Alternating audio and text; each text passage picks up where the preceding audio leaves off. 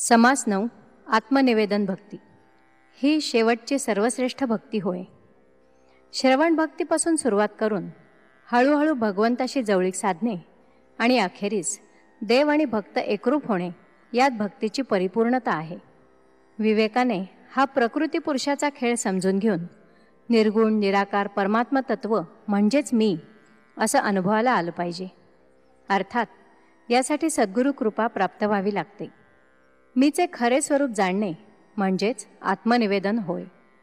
श्रीराम नवमी निवेदन जाणावे, आत्मनिवेदन करावे, तेही सांगिजेल स्वभावे प्रांजळ करुणी. ऐका निवेदनाचे लक्षण, देवासी वहावे आपण, करावे तत्वविवरण म्हणिजे कळे.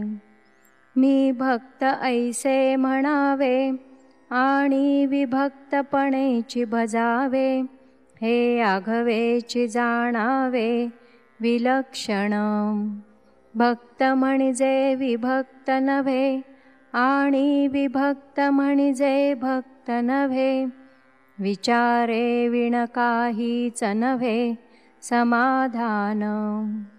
तस्मात विचार करावा, देव कोण तो ओळखावा, आपला आपण शोध घ्यावा अंतर्यामी. मी कोण ऐसा निवाडा, पाहो आता तत्व झाडा, विचार करिता उघडा आपण नाही.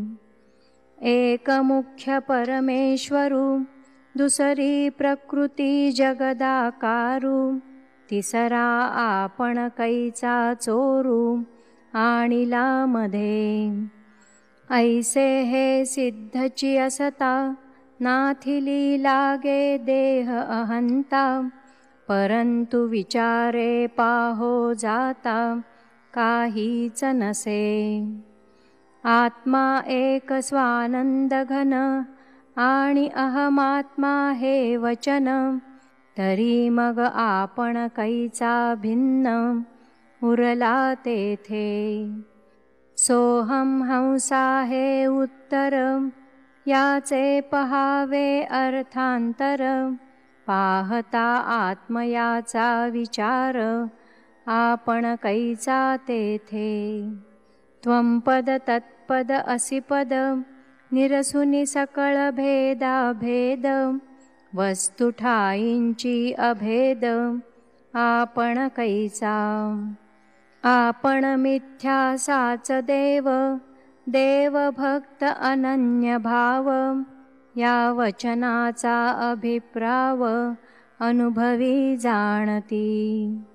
या नाव आत्मनिवेदन, ज्ञानियांचे समाधान, नवमे भक्तीचे लक्षण निरोपिले. पंचभूतांमध्ये आकाश, सकळ देवांमध्ये जगदीश, नवविधा भक्तीमध्ये विशेष भक्ती नवमी. नवमी भक्ती आत्मनिवेदन, न होता न चुके जन्म मरण, हे वचन सत्य प्रमाण अन्यथा नवे. ऐसी हे नवविधा भक्ती, केल्या पाविजे सायोज्य मुक्ती.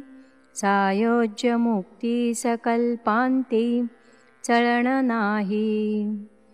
पहिली मुक्ती ते स्वलोकता, दुसरी ते समीपता, तिसरी ते स्वरूपता, चौथी सायोज्य मुक्ती. ऐसिया चत्वार मुक्ती, भगवत भजने प्राणी पावती, हेची निरूपण प्रांजळ श्रोती, सावध पुढे परिसावे. इति श्रीदासबोधे गुरुशिष्य संवादे आत्मनिवेदन भक्तिनाम समास 9. श्रीराम.